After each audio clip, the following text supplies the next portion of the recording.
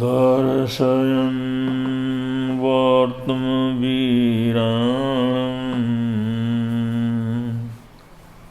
सुरासुरनमस्कृत नीतित्रयस्य कर्त्रायो युगादो प्रथमो जिन सर्वज्ञ सर्वदर्शी च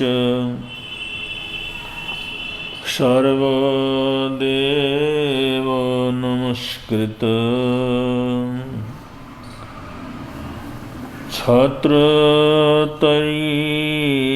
छत्रतरीभिरापूज्यो मुक्तिमार्गमशो वदन् आदित्य परमुखा सर्वे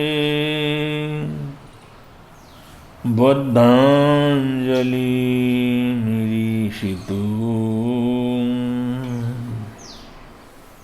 ध्यायन्ति भवतो नित्यं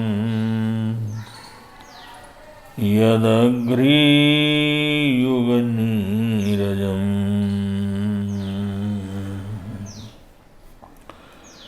कैलासे विमले रम्ये ऋषभूयं जिनेश्वर चकार स्वावतारं यो सर्वगत शिव सर्वगत शिव नादं सनिज्जनानं नाणेन विना न हन्ति चरणगुणा अगुणस्य नथि मुखो नथि अमुखस्य निबाणं नथि अमुखस्य निबाणं।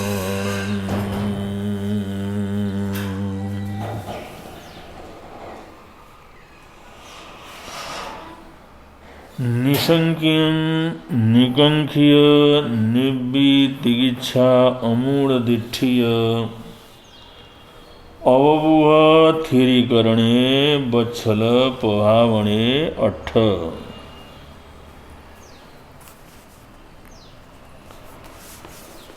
इस प्रकरण में शास्त्रकार सम्यक दर्शन के लक्षणों का विवेचन देते हुए उसके कुछ और लक्षणों का विवेचन भी करते हैं। यहाँ इस गाथा में कहा गया है अवबुह थिरीकरणे। अवबुह ये भी जो है सम्यक दर्शी के लक्षण हैं, और थिरीकरणे ये छठा लक्षण है स्थिरीकरणे। स्थिरीकरणे इस शब्द से ही प्रकट होता है स्थिरीकरणे स्थिर करना, स्थिर करना, मजबूत करना, अडोल करना। स्थिरीकरण का मतलब है स्थिर करना। स्थिरीकरण किसको करना? अपने को और दूसरे को भी। कि बहुत बार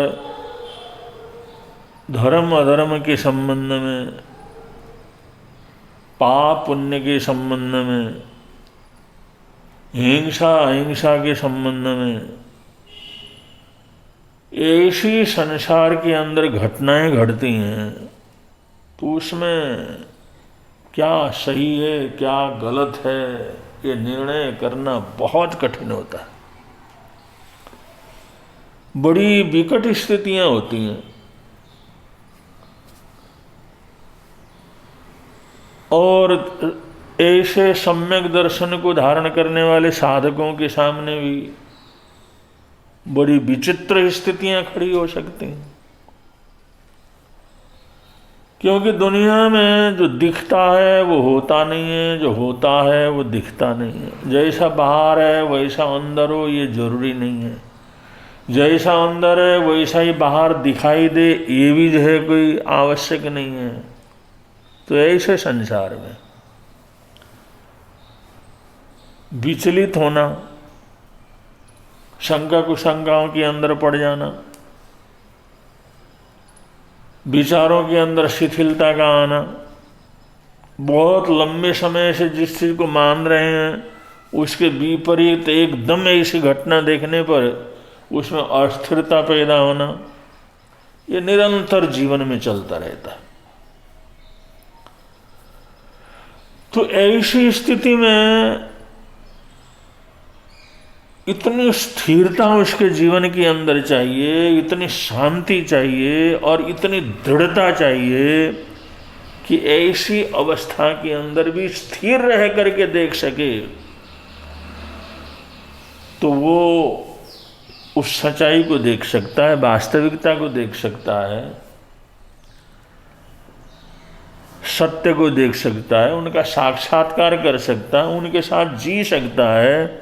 लेकिन उसके लिए बहुत आवश्यक है ऐसी गहरी दृष्टि, गहरी स्थिरता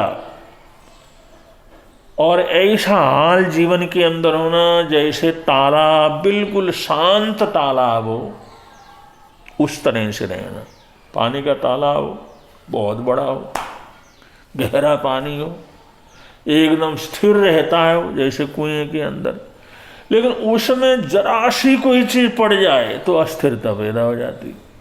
जरा सा तिनका भी पड़ जाए, इतना बड़ा सागर, इतना बड़ा पानी का दह, इतना बड़ा जो है तालाब, लेकिन वो बिल्कुल शांत है, बिल्कुल हिलन चलन नहीं है, लेकिन उसमें जरा सा तिनका पड़ जाए, छोटा सा पत्ता उसके अंदर गिर जाए तो पूरे तालाब के अंदर लहरें पैदा हो जाती हैं।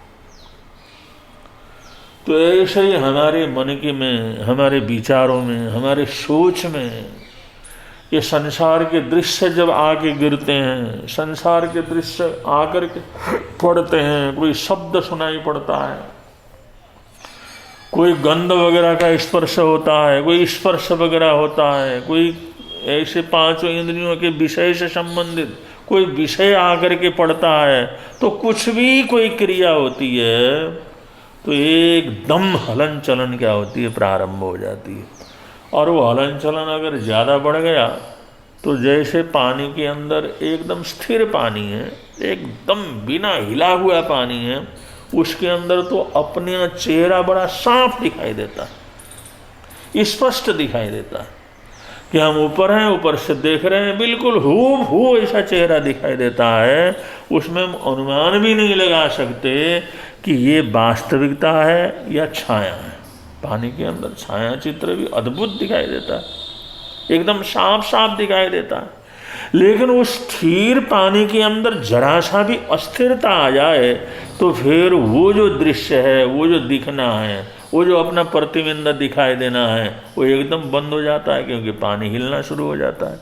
हिलना शुरू हो जाता है तो ऊपर से दिखने वाला जो प्रतिबिंब था, अपना चेहरा था, हम जिसको देख रहे थे, वो क्षण भर के अंदर ही ओझल हो जाता है।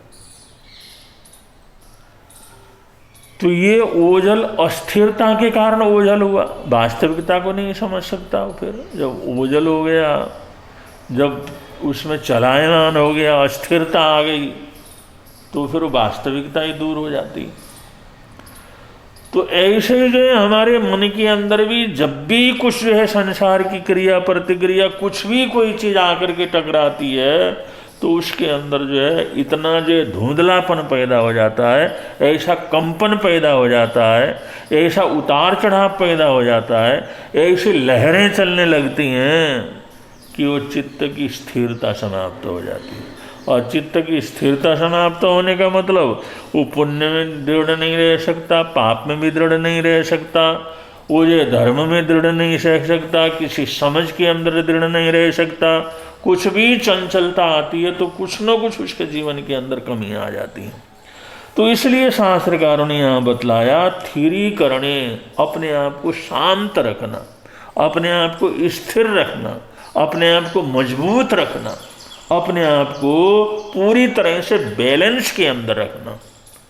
जैसे साइकिल चलाना, तो साइकिल चलाने के लिए बैलेंस की ज़रूरत होती है। वैसे तो ऐसा लगता है साइकिल चलाना तो कोई खास बात तो है ही नहीं, देखो सारे बच्चे बड़े सब चला रहे हैं, लेकिन जिसने कभी न चलाया हो, जिस समय वो देखता है इतना आराम से चल रहा है, मैं भी चला लूँ, तो कई बार तो उसके घुटने टूटते हैं, कई बार गिरता है, कई बार चोट लगती है। जरा सा भी बैलेंस बनाना, तब उसको पता लगता है अरे ये साइकिल के ऊपर बैठ के चलना कितना कठिन काम। बहुत से तो सीखते सीखते इतने घायल हो जाते हैं, इतने डर बैठ जाता है, ऐसी चोट लग जाती है, वो सोचते हैं मैंने इसको सीखना ही नहीं, मैंने इसको सीखना ही नहीं, क्योंकि बैलेंस बनाना नहीं आया। बैलेंस बनाना नहीं आता है तो एकदम गिर जाता है, गिर जाता है तो सिर भी फट सकता है, हड्डियाँ भी टूट सकती हैं, तकलीफ हो सकती है, कुछ भी हो सकता है। तो जैसे बैलेंस बनाना, और एक बार बैलेंस बनाना आ गया, एक बार उसका अभ्यास हो गया, तो बड़े आराम से उसके ऊपर बैठ करके चल सकता है। लेकिन अगर बैलेंस नहीं बना सकता, बैलेंस बनाने की स्थिति नहीं है, तो बैलेंस बनाने की कला अगर नहीं है, तो कोई भी गाड़ी वगैरह को नहीं चला सकता, और टू व्हीलर को तो चला ही नहीं सकता, बैठ ही नहीं सकता वो, क्योंकि बैठना ही उसके अंदर मुश्किल है। तो ऐसे बैलेंस बना करके चलना ही बहुत ज़रूरी है। बैलेंस बिगड़ता है तो आदमी स्थिर नहीं रह सकता, उसके अंदर एक दृढ़ता नहीं रह सकती। तो ये थ्योरी करने का मतलब है बैलेंस बना करके रखना, मतलब तटस्थ रहना, कोई भी पक्ष की तरफ, पक्ष विपक्ष, मेर तेर, इसकी तरफ झुकाव न, एकदम तटस्थ होकर के रहे। ऐसी स्थिति सम्यक दर्शन की रहती है। सम्यक दर्शन जब परिपाक हो जाता है, सम्यक दर्शन मजबूत होता चला जाता है, जब वो बढ़ता चला जाता है, तो उसमें ये स्वाभाविक रूप से ये लक्षण उसके जीवन के अंदर आने शुरू हो जाते हैं। अगर ऐसा आ गया हो तो समझना चाहिए अगला दृढ़ सम्यक्ति है, वो जो है उसका लक्ष्य मोक्ष है, आत्मा का कल्याण है। तो ये प्रवृत्ति जीवन के अंदर आना, और ऐसा न करने वाला न्याय नहीं कर सकता। इसलिए न्यायालय के सामने जो चित्र लगाया जाता है, एक स्त्री है वो वहाँ पर तूला लेकर के बैठी हुई है, तराजू, वो तराजू को लेकर के बैठी हुई है, वो तराजू का चित्र रहता। तराजू का मतलब दोनों पलड़े बराबर बराबर होना। तो जो वकील वगैरह होते हैं या न्यायाधीश होते हैं, विशेष रूप से न्यायालय और न्यायाधीश का एक चिन्ह रहता है, पहचान रहता है, वो जैसे तराजू को बैलेंस बना करके चलते हैं, तो ऐसे न्याय के अंदर बैलेंस बना करके एकदम न्याय करके चलते हैं। किसी भी पलड़े की तरफ उनका झुकाव नहीं होता। ये बतलाने के लिए, दुनिया को बतलाने के लिए ये लोग ऐसा चित्र लगाते हैं, ऐसा होर्डिंग लगाया जाता है, जिससे कि ये पता लगे न्यायालय है, ये न्याय करने वाले चीज़ें, और ये लोग कैसी भी परिस्थिति आ जाए, लेकिन ये हमेशा उस पलड़े को जैसे किसी तरह में झुकने नहीं देंगे, बिल्कुल समानांतर लेकर के जो है चलेंगे। ऐसा विश्वास जनता का होता है। तो उस विश्वास को बनाए रखने के लिए, अपने आप को स्थिर रखने के लिए स्थिरीकरण की बड़ी ज़रूरत है। स्थिरीकरण होता है तो स्थिरीकरण करने वाला, स्वयं धर्म में स्थिर रहने वाला, मजबूत रहने वाला, वो दूसरे को भी धर्म के अंदर मजबूत कर सकता है, सिद्धांतों के ऊपर मजबूत कर सकता है। वरना दुनिया के अंदर इतने सिद्धांत हैं, इतने मान्यताएं हैं, अगर कहीं शास्त्रार्थ वगैरह होता है, डिबेट वगैरह होती है, वार्तालाप होता है, अगर बाय द वे अपने पक्ष वाला हार गया तो अगले की दृढ़ता, अगले की वो सब खत्म हो जाती है। वो सोचता ये हार गया तो हम हार गए, बिल्कुल हमारा पक्ष झूठा है। वो सत्य होते हुए भी उसको झूठ के रूप में उसको नजर आता है, और वो सोचता है कि हमारी मान्यता, हमारा ये सब कुछ झूठ है। ऐसी परिस्थिति उसकी क्या कर जाती है, बन जाती है। इसलिए जो है शास्त्रकार यहाँ पर कहते हैं स्थिरीकरण होना वो बहुत जरूरी है। और जो स्वयं स्थिर होगा, स्वयं बैलेंस बना करके चलता होगा, स्वयं पूरी तरह से तटस्थ होगा, तो दूसरे को भी तटस्थ कर सकेगा, दूसरे को भी स्थिर कर सकता है। जिसने अपने आप को स्थिर कर लिया है, अपने आप को तटस्थ कर लिया है, अपने आप को पूरी तरह से जो है संभाव के अंदर ले आया है, तो ऐसे ही व्यक्ति दूसरे को भी धर्म के ऊपर स्थिर कर सकते हैं। तो ये जो छठा गुण है स्थिरीकरण, इसका बड़ा महत्व है कि हमारी स्थिति, हम स्थिर, अब स्थिर है तो वो कभी विचलित नहीं होता, और कोई विचलित नहीं होता वही हर समस्या का समाधान कर सकता है, हर आने वाली आंधी के थपेड़े को सहन कर सकता है, और हर मुसीबत से लड़ सकता है, और उस मुसीबत से लड़ करके उसको जीत सकता है, और उसके अंदर स्थिरीकरण हो, उसके अंदर दृढ़ता हो, स्थिर रहने की ताकत हो। इस समय हमारे भारत और चीन का युद्ध का वातावरण चल रहा है, और प्रारंभ में जैसे कुछ झपट वगैरह हुई, बिना हथियार के झपट हुए, उसमें भारतीय सैनिकों ने कुछ ऐसा वातावरण बना दिया, ऐसा दहशत पैदा कर दिया, अब लड़ाई का नाम सुनते ही चीन के सैनिक रोने शुरू कर देते हैं, कांपना शुरू कर देते हैं, भाई इसके साथ लड़ेंगे कैसे। अब ये पहले हमारी सेना वैसे भागती थी जैसे अब जो है चीन की सेना भाग रही है, जैसे वो पीछे भागते थे, ऐसा डर पहले जो हमारे देश के कुछ राजनीतिकों के अंदर था, कुछ इस प्रकार का विश्वास बना लिया था, भाई इस प्रकार का बड़ा देश है, बड़ी ताकत है, वहाँ की सेना इतनी मजबूत है, वो छोड़ते नहीं है, इसलिए जहाँ भी वो कहे वहीं पर समझौता करके बैठने के लिए मजबूत हो जाते थे। अब स्थिरीकरण हो गया, पीछे से जो राजनीतिक जो शक्तियों ने उनको सेना को बल दिया, उनको ताकत दी, तुम्हारे को जो हथियार चाहिए, जो भी आधुनिक हथियार चाहिए, जिस चीज़ की ज़रूरत है वो सब हम उपलब्ध कराएंगे, लेकिन तुमने पीछे नहीं हटना है। तो स्थिरीकरण हो गया। अब स्थिरीकरण हो गया तो ऐसे मजबूती से खड़े हैं। वो कहते हैं सर्दी आए, गर्मी आए, बर्फ पड़े, कुछ हो जाए, लेकिन हम एक कदम पीछे क्या करेंगे, नहीं हटेंगे। अब उनकी स्थिरीकरण हो गई, अब स्थिर हो गए वहाँ पर, तो फिर हर समस्या का समाधान उनके सामने है, और उनमें डर नहीं है, भय नहीं है। तो स्थिरीकरण, स्थिर होना। अगर ये स्थिरता ना आए, डर वगैरह पैदा हो, और जो उसमें डर जाए और स्थिर होकर के मजबूती से बैलेंस से खड़े होने की स्थिति न हो, डटने की स्थिति न हो, तो वो किसी भी प्रकार की सफलता को प्राप्त नहीं कर सकता। अगर ये प्रवृत्ति हो तो थोड़ी ताकत वाला भी बड़ी से बड़ी ताकत वाला को गिराने में समर्थ होता है। तो हमने तो कर्म शत्रुओं से झगड़ा करना है, उनको जीतना है, क्रोध की सेना को जीतना है, अभिमान की सेना को जीतना है, मायाचारी के इतने बड़े जो है उसको जीतना है, लोभ की ऐसी प्रवृत्ति है, ऐसे लोभ के राक्षस हैं, उनको जीतना है। क्योंकि इन क्रोध मान माया लोभ में पड़ कर के दुनिया भर के सारे पाप होते हैं। तो उन सारे पापों से, सारी समस्याओं से, सारी क्रूरताओं से लड़ना है, तो उनसे लड़ने के लिए तो स्थिरता तो चाहिए, स्थिर चाहिए। और जो खुद स्थिर हो सकता है तो अपने साथी को भी स्थिर कर सकता है, खुद मजबूत है तो आसपास वालों को भी मजबूत कर सकता है। तो इस प्रकार स्थिरीकरण, अपने आप को स्थिर करना, और दूसरे भी हमारे सहयोग में रहने वाले हैं उनको भी स्थिर करने की ताकत होना, ये बल होना, ये शक्ति होना। और खुद स्थिर है तो उसकी बात को अगले भी स्वीकार करते हैं, खुद भी जो है मजबूत हो जाता है, दूसरे को भी मजबूत बना लेता है। तो ये सम्यक्तों की मजबूती के लिए वे हम कितने मजबूत हैं और कितने दृढ़ हैं, और कैसे आध्यात्म जगत के ऊपर हर दुश्मन का मुकाबला करते हुए हम आगे बढ़ सकते हैं। अब जितना बड़ा आदमी होता है, जितना ताकतवर होता है, उसकी अस्थिरता उतनी ही जो है दर्दनाक होती है। वो अगर अस्थिर हो गए तो सारा वातावरण ही बदल जाता है। इसलिए स्थिरीकरण बहुत जरूरी है, बहुत आवश्यक है। अगर ये स्थिरीकरण न रहे तो बड़ी भारी तकलीफ से इंसान क्या कर सकता है, गुजर सकता है। इसलिए बहुत ज़रूरी है ये सद्गुण जीवन के अंदर होना। जैसे कि जिस समय रामचंद्र जी का राजतिलक होना था, राजतिलक की सारी तैयारी की हुई थी। अचानक रात को वातावरण ऐसा बना, जिस समय रामचंद्र उपस्थित हुए तो वहाँ पर कैकेयी माता ने जो दशरथ को जो कुछ भी बताया था, जो कुछ बात हुई थी, और उसके अनुसार उन्होंने ये निर्णय लिया, भाई ऐसी परिस्थिति है कि हम जो है राम को वनवास का आदेश देते हैं।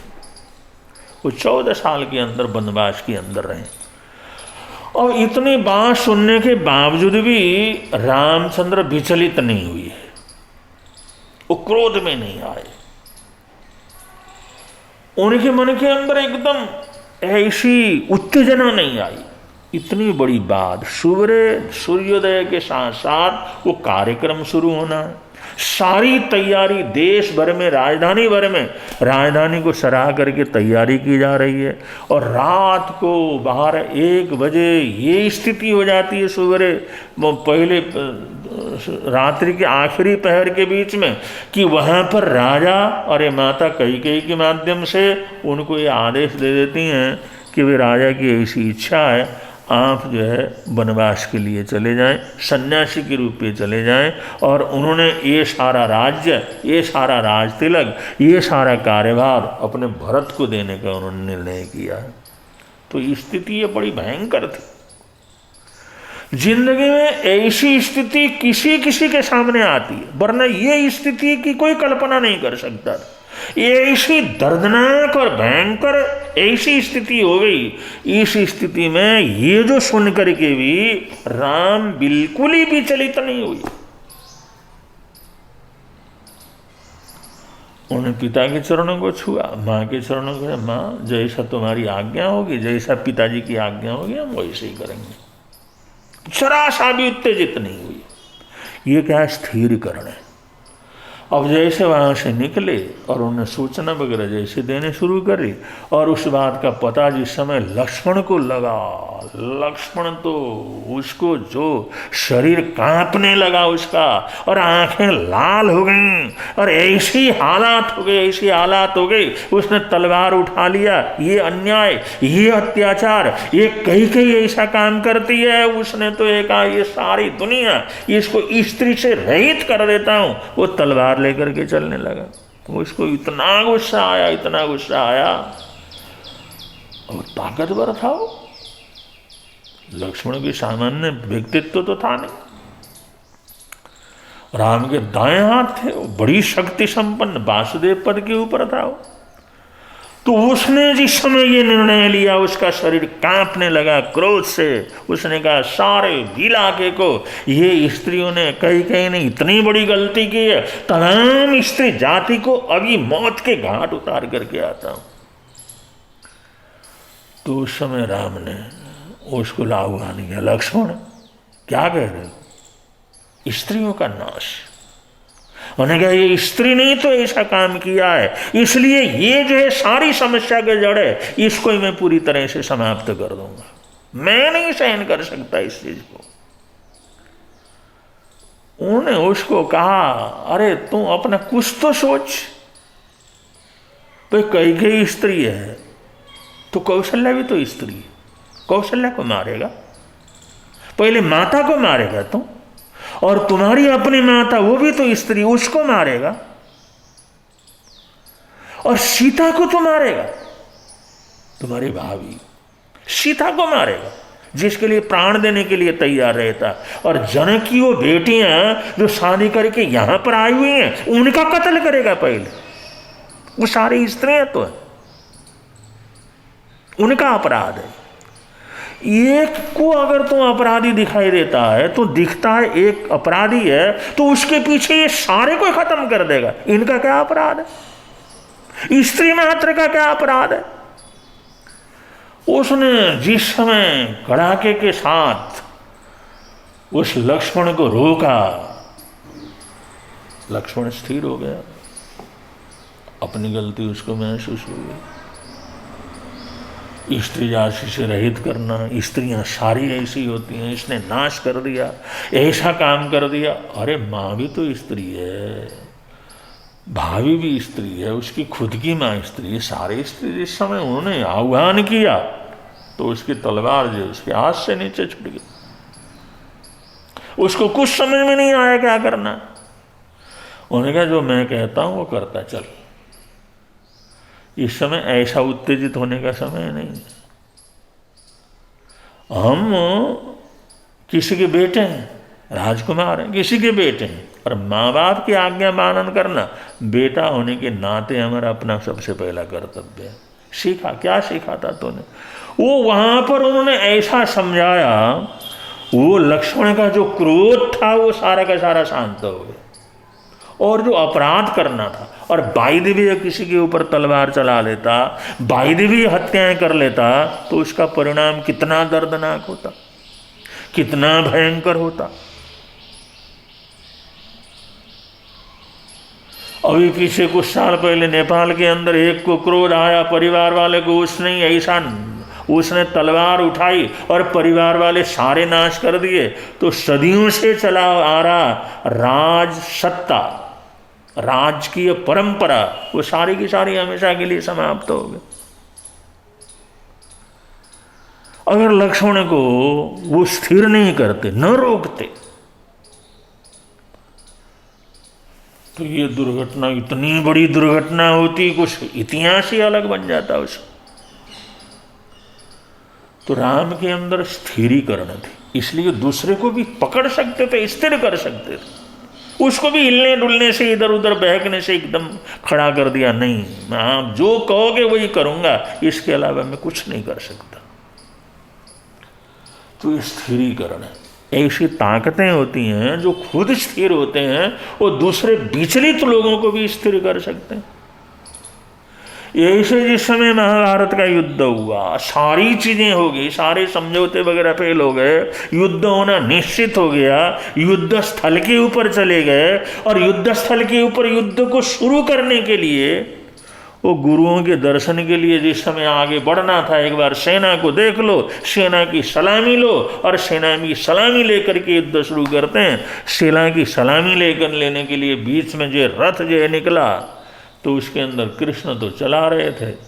अर्जुन ने देखा, अपनी सेना को देखा, सामने वाली सेना को देखा, उसने अपना धनुष नीचे रख दिया। मैं तो युद्ध नहीं कर सकता, मुझे राज्य की कोई जरूरत नहीं, मैं 1 इंच भूमि की जरूरत नहीं। दुर्योधन कहता है 5 गांव क्या, मैं 5 इंच भी जमीन देने को तैयार नहीं हूं, ठीक है ना दे, उसकी भी जरूरत नहीं, मैं युद्ध नहीं कर सकता। अब अर्जुन ने उसी समय अपना आयुध, अपना अस्त्र शस्त्र उसने छोड़ दिया, युद्ध करने के लिए मना कर दिया। अब ऐसे समय में, अब ऐसे लोगों को मनाना, अर्जुन जैसा धनुर्धर, अर्जुन जैसा वीर, अर्जुन जैसा बहादुर, जिसके सामने देवता कांपते हैं, उसके मन के अंदर अस्थिरता पैदा होगी, मैं युद्ध नहीं करता। ये तो अपने परिवार वाले हैं, ये तो सारे रिश्ते हैं, मैं अपने देश के लिए, स्त्रियों के लिए, छोटी छोटी बातों के लिए मैं इन सब को मारूं, इन गुरुओं को मारूं, गुरु भाइयों को मारूं, परिवारजनों को मारूं, इन सब को मारूं, ये मेरे बस का नहीं, मैं युद्ध नहीं करता। और उस समय कृष्ण के सामने बड़ी भारी समस्या आ गई। उसी समय कृष्ण ने उनको वहीं पर समझाया। उन्होंने कहा अर्जुन ये क्या कर रहे, इस समय तुम योद्धा हो, युद्ध क्षेत्र के अंदर खड़े, लड़ने के लिए आए हुए हो, और यहां कोई परिवार बेपरिवार की बात नहीं है, यहां पर पुण्य पाप की बात, यहां पर न्याय अन्याय की बात, यहां पर रिश्तेदारों की बात नहीं है।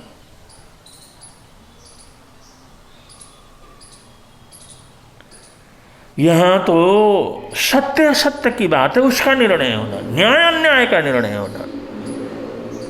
अगर इस समय नहीं लड़ोगे तो ये तो परंपरा ही पूरी गलत हो जाएगी। न्याय अन्याय के बीच में हम लोग खड़े, और फिर भी तुम्हें लगता, तुम कहते हो मैं वीर हूं, मैं नहीं मारूंगा तो ये सब बचेंगे।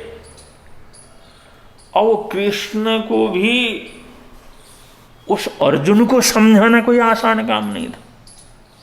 जिस समय बहुत कुछ जोश दिलवाया, बहुत कुछ कहा, धर्म अधर्म की बात कही, भाई हम धर्म युद्ध कर रहे हैं, न्याय का युद्ध कर रहे हैं, हम गलत नहीं कर रहे हैं, लेकिन उसने हथियार नहीं उठाया। अब क्योंकि जितना वीर होता है, बहादुर होता है, और उतना ही उसके अंदर थोड़ी ऐसी परिवर्तन आ गया, चंचलता आ गई, विपरीतता आ गई, तो अब उसको अब हथियार उठवाना कोई आसान काम नहीं था। तो वहां पर कृष्ण ने कहा, तू सोचता है मैं मार रहा हूं, मैं लड़ रहा हूं, तो क्या लड़ेगा? तो तेरे में लड़ने की क्या ताकत है? तेरे को इन सबको मारने की शक्ति कहां पर है तेरे अंदर? उन्होंने अपने शरीर को इतना बड़ा बनाया, इतना बड़ा बनाया, और जिस समय देख, मेरे को देख, मेरे मुंह की तरफ देख, जिस समय उस मुंह को, इस सिर को इतना बड़ा बनाया, और उस मुंह को जिस समय खोला, वो मुंह को खोला तो जितनी भी सेना थी वो सारा कृष्ण के मुंह के अंदर उसको दिखाई दी।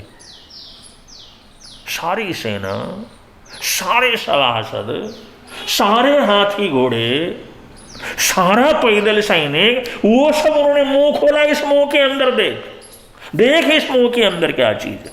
जिस समय मुंह खोला वो अर्जुन ने देखा तो देखा सारी सेना अंदर। कृष्ण ने कहा, एक बार मैं ऊपर का दांत नीचे, नीचे के ऊपर, ये दोनों को मिला दूंगा तो एक बार में ये सारे के सारे मर जाएंगे, खत्म हो जाएंगे। तू सोचता मैं मार रहा हूं, तू क्या मारे? मारने वाला तो मैं हूं, जो चला तो मैं रहा हूं,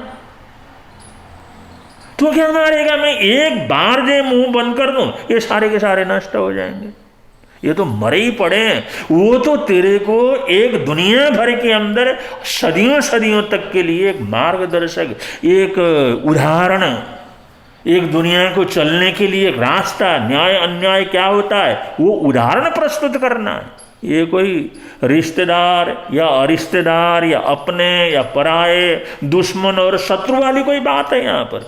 वो सारे अंदर है, सारे के सारे मरेंगे इसमें। ये दृश्य देखते ही अर्जुन जग गया, उसने हथियार उठा लिया, क्षमा याचना करी, उन्होंने कहा जो आपका आदेश होगा वो करने के लिए तैयार है।